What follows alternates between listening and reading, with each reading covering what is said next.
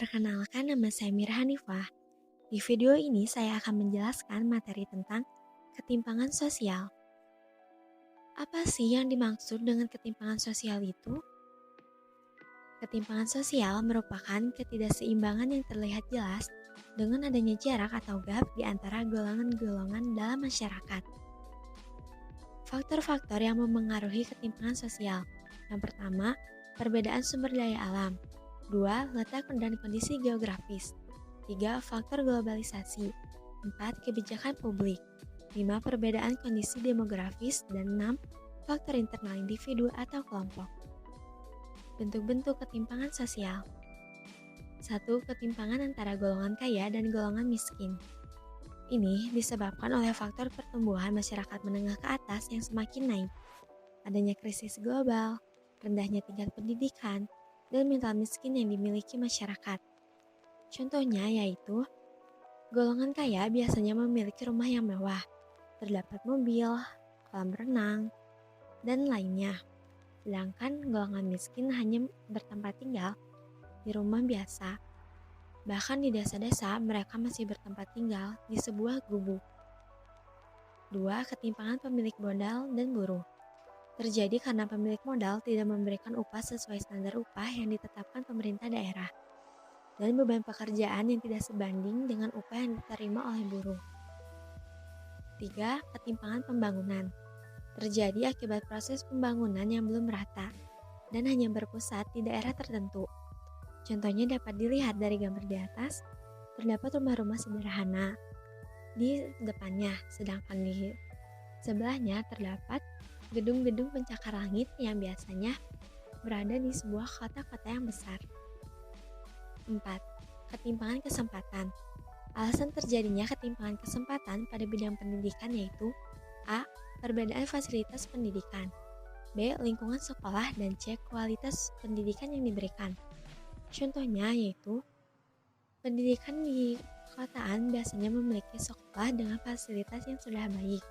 Dapat dilihat di gambar di atas, kursi yang dipakai oleh mereka merupakan kursi yang bagus dan mereka memiliki komputer yang banyak di ruangannya. Sedangkan sekolah di desa masih bersifat sederhana, bahkan lantainya pun masih belum baik. 5. Ketimpangan budaya lokal dan budaya global.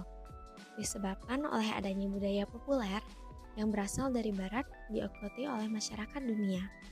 Akibatnya, budaya global lebih digemari dan budaya lokal tersisihkan. 6. Ketimpangan gender. Terdiri dari 1. Marginalisasi perempuan, 2. Stereotip gender, 3. Subordinasi perempuan, 4. Kekerasan, dan 5. Beban ganda. Dampak ketimpangan sosial dalam masyarakat yaitu A. Diskriminasi sosial, B. Kecemburuan sosial, C. Monopoli kekuasaan, dan D. Konflik sosial. A. Diskriminasi sosial yaitu perbedaan perlakuan antar kelompok meskipun memiliki hak yang sama, pengecualian atau pembatasan kesempatan, serta pengutamaan atau kecenderungan terhadap pihak tertentu. B. Kecemburuan sosial merupakan kondisi munculnya perasaan tidak suka dari salah satu kelompok atau kelas karena adanya perbedaan-perbedaan dalam kehidupan masyarakat. C. Monopoli kekuasaan. Masyarakat yang mengalami ketimpangan sosial sering menjadi objek penguasaan kelompok lain. Contohnya yaitu penguasaan pemilik modal terhadap kelompok buruh. D. Konflik sosial.